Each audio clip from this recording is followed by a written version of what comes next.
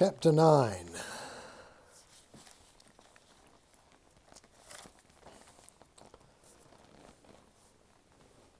Despite all wish to avoid it, here they are. Vrouw of Room and Mason, in an upper bedroom, in unshuttered afternoon light swiftly fading, hearkening to each sound in the house, waiting for the bull's eye, a strange dark cloud with a red centre to appear over Table Mountain, and grow swiftly, till but minutes later the northwester shall sweep upon them. I am not one of these Cape women, she is whispering, though I have ever envied their reputations. Next to Cornelius, so dreamt I, must other men figure as Adonises, and I should certainly have my pick. Alas, whenever in earnest I have tried to flirt, each time my choice proves to be worse than Cornelius. I ought to have given up and settled for being a churchly ideal. And instead, Mason finds to his surprise that he cannot refrain from inquiring, his jealousy nonetheless more peevish than substantial. Misunderstanding, she hangs her head, in lewd innocence erring upon the side of Eros, and whispers, I have chosen to be a very wicked woman, who it seems will commit any sin. Giggling, awkward as a girl, her face aglow. The first time he's observed her thus. She has been trying to unbutton her bodice. The trembling in her hands and the failing light resist her. At last, with a small growl, she grabs both sides of the garment and rips it in two, or actually twain. The light in the room is darkening with unnatural speed, turning her nipples and mouth black as ashes, her fair hair nearly invisible. There is a sudden hammering upon the door. Mason jumps up and runs around the room twice before locating the window, which, without looking back, he raises, climbs through, and vanishes from with a receding wail and a thump somewhere below. In runs Jet. Charles, we've only 5 minutes. Oh, hello, Mama. What would Mr. Mason be doing here, my imp? Inquires Mary Joanna.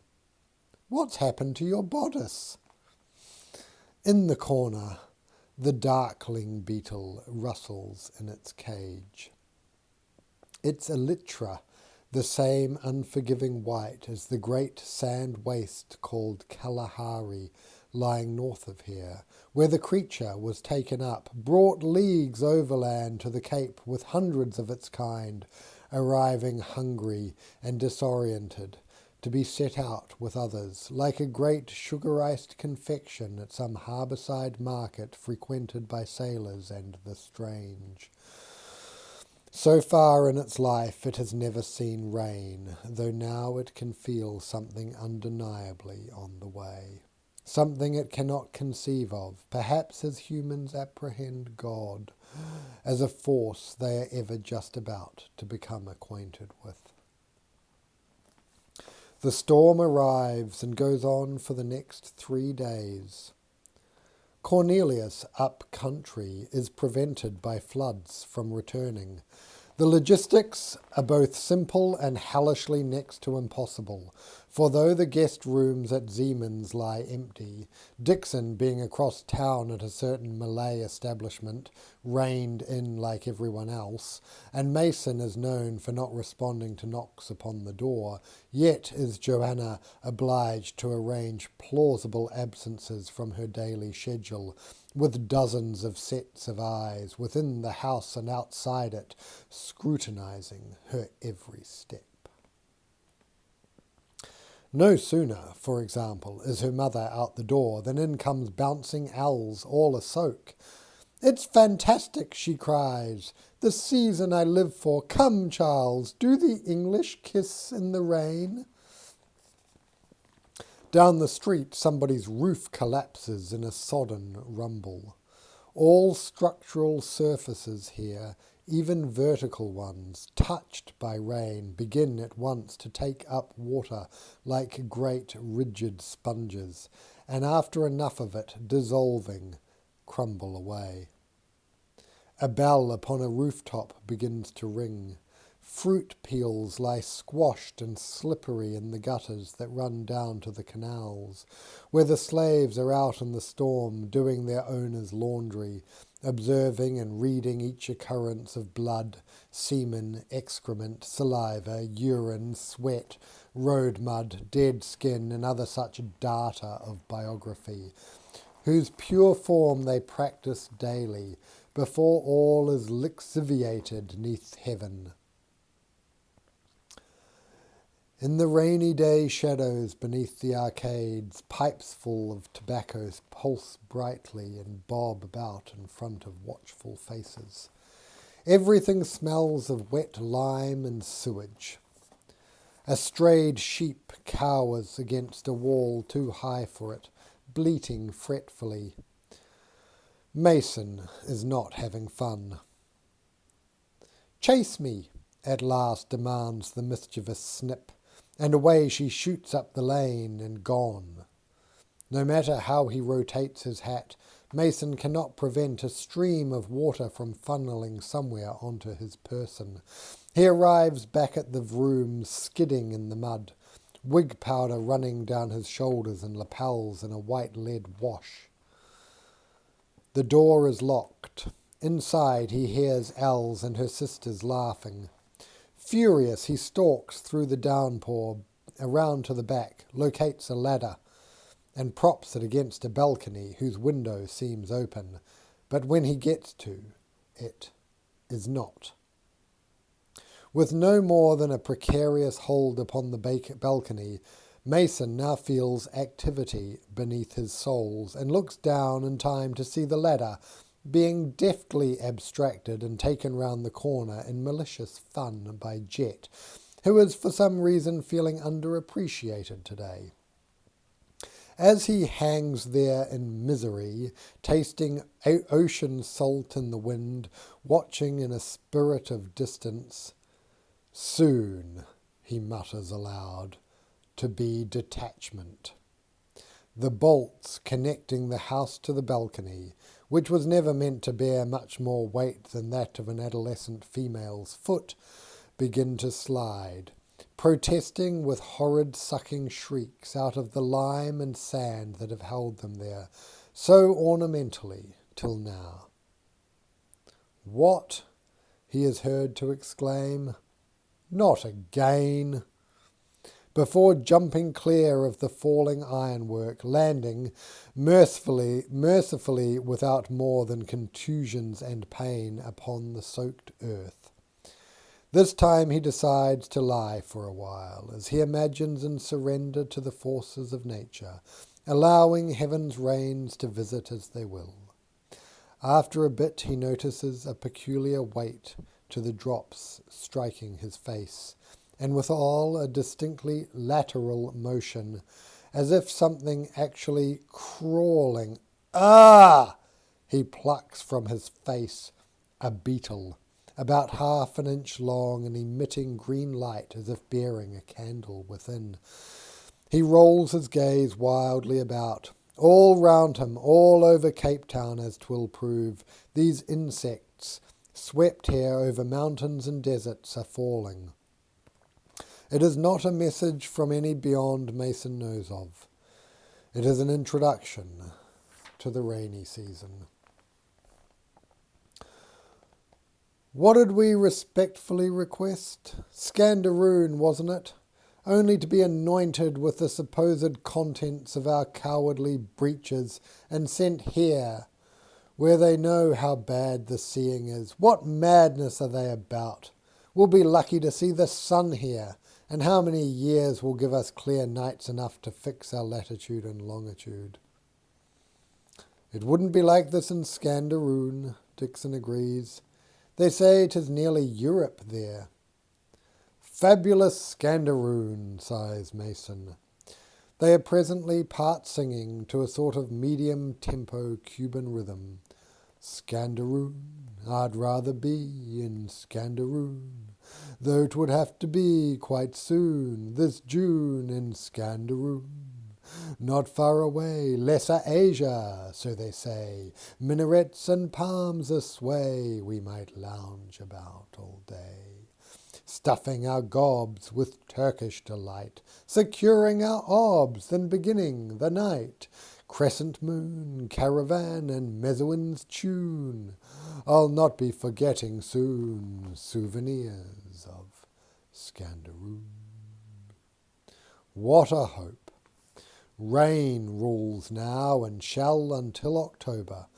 The girls follow Mason one afternoon up to the observatory, up onto the first slopes of the mountain where they are forbidden ever to go. Father says because of the African boys, they proclaim solemnly to Astra, who laughs merrily. Boys, babies rather, stay close to me, I'll protect you.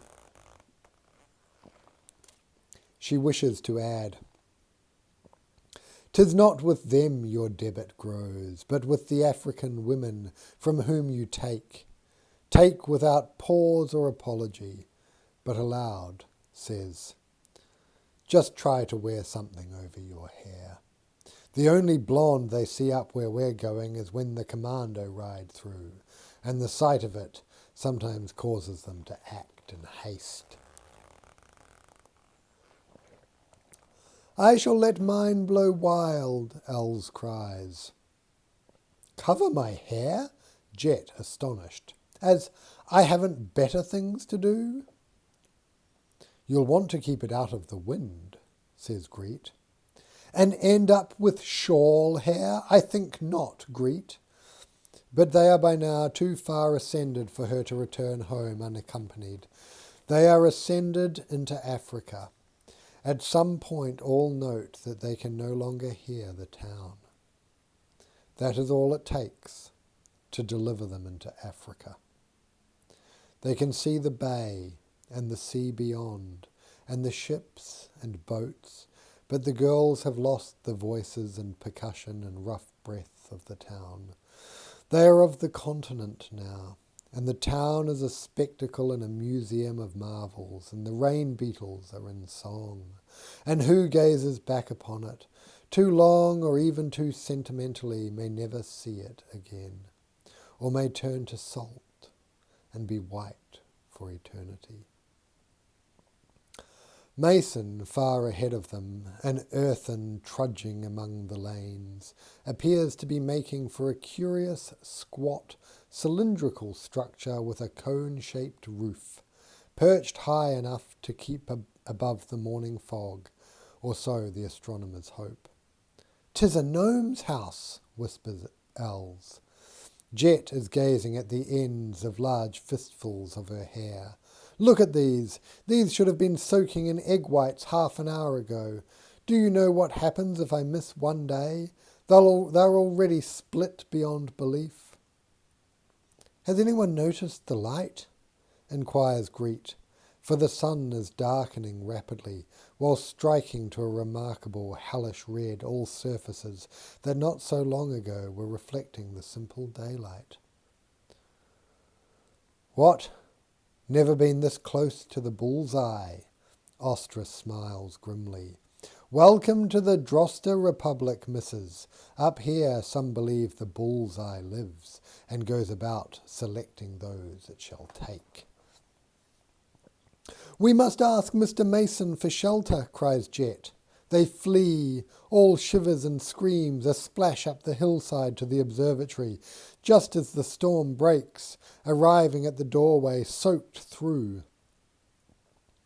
Mason is not cowering, he will later explain, though he is sorry if that's what it looked like, rather standing guard over the instruments, whilst Dixon, no less warily, opens the door, and in tumble the bunch of them, rowdy and wet. The carpenter of the Seahorse and his men have put up a structure solid as a man-o'-war, tarred the roof and all the joints, rigged a couple of blocks in a gun purchase arrangement, allowing the gentleman to slide the shutter open and closed from inside. Get her down to the water, step a mast, put up some canvas, and you may sail her home, the carpenter assured them. It holds 6 snugly.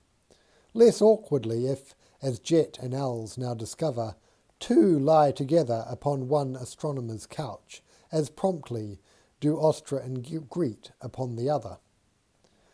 The storm drums at the cone above, which sheds the rain in sheets. There is nothing to drink but Cape Madeira, a thick violet liquid one must get through 6 or 7 bottles of, even to begin to feel at ease. There is no question of working. All drudgery logarithmic having been brought up to date, the clock seen to, the shutter tackle made secure. Now then, Mason rapping upon the table's edge with a sinister-looking fescue of ebony, whose list of uses simple indication does not quite exhaust, whilst the girls squirm pleasingly.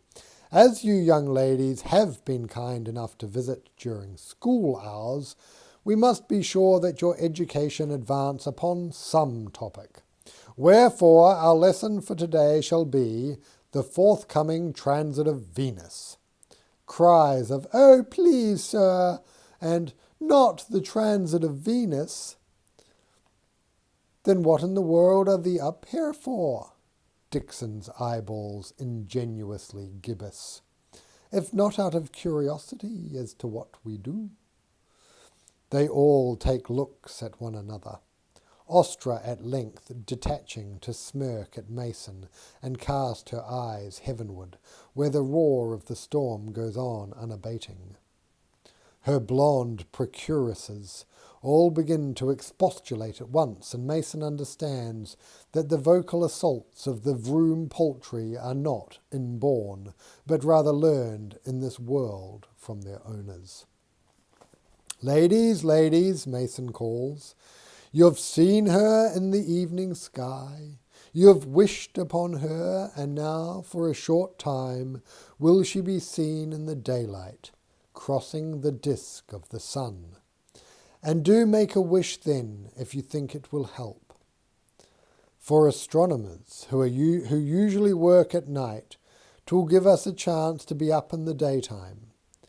Through our whole gazing lives, Venus has been a tiny dot of light, going through phases like the moon, ever against the black face of eternity. But on the day of this transit, all shall suddenly reverse, as she is caught, dark, embodied, solid against the face of the sun. A goddess descended from light to matter.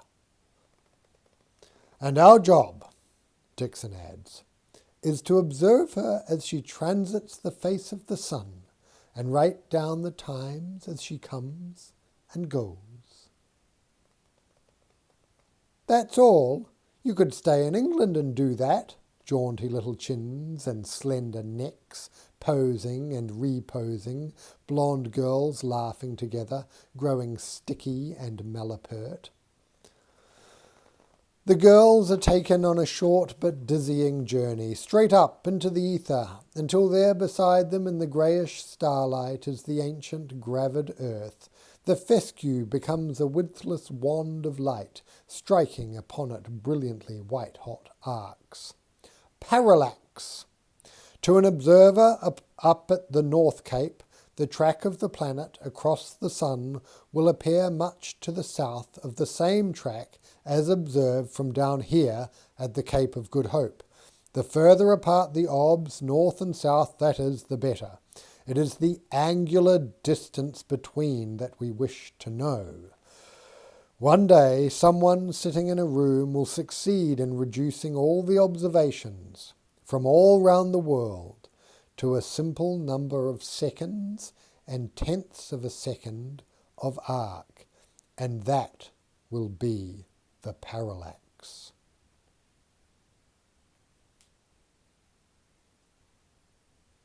Let us hope some of you are awake early enough to see the transit. Remember to keep both eyes open, and there will be the three bodies lined up perfectly. The heliocentric system in its true mechanism. His artisanship, how pure. The girls keep their glances each looping round the others, like elaborately curled tresses, trying to see if they should be understanding this or being cruel young beauties every one, even caring.